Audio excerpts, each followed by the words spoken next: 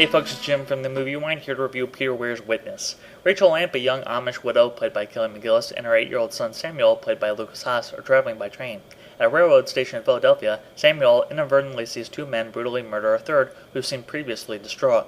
John Book, played by Harrison Ford, is the police detective assigned to the case. Realizing the murder was part of a conspiracy involving police officials within the department, Book takes Rachel and Samuel back to their Amish community for their own safety after a violent shootout with James McPhee, one of the men responsible for the murder, played menacingly by Danny Glover. While Book is recuperating from a gunshot wound, he starts to fall in love with Rachel while trying his best to adapt to the Amish lifestyle, performing hard labor.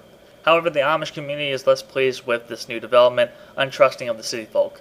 As Book contemplates the different worlds of his own and Rachel's, the corrupt police have tracked down Book's location and plan to shut him up permanently.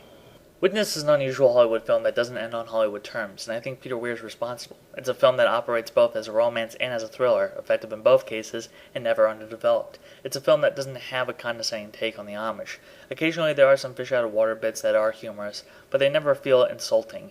And yeah, you have to be willing to accept two completely different people from opposite worlds have fallen in love. Some factors fall into play, of course, like extreme vulnerability in a dire situation.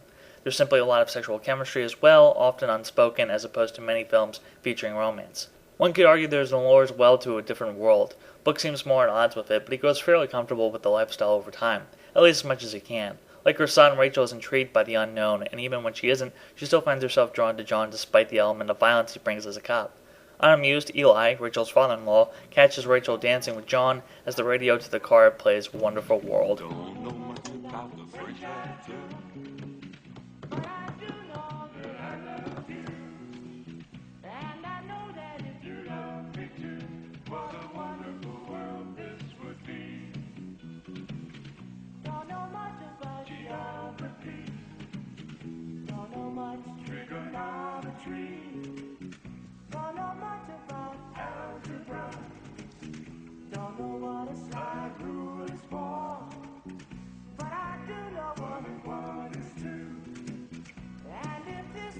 Could be with you.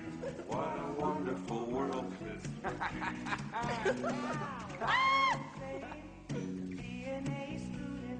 Peaceful to the Amish ways, Eli detests John's ability as a cop to take another man's life.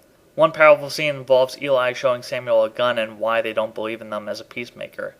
He knows it is necessary on some level, but still sees it as morally wrong, such as John's fight with several young punks who harass people of the Amish community, like Daniel, played by character actor Alexander Godunov, who would go on to star in films like Die Hard and Money Pit.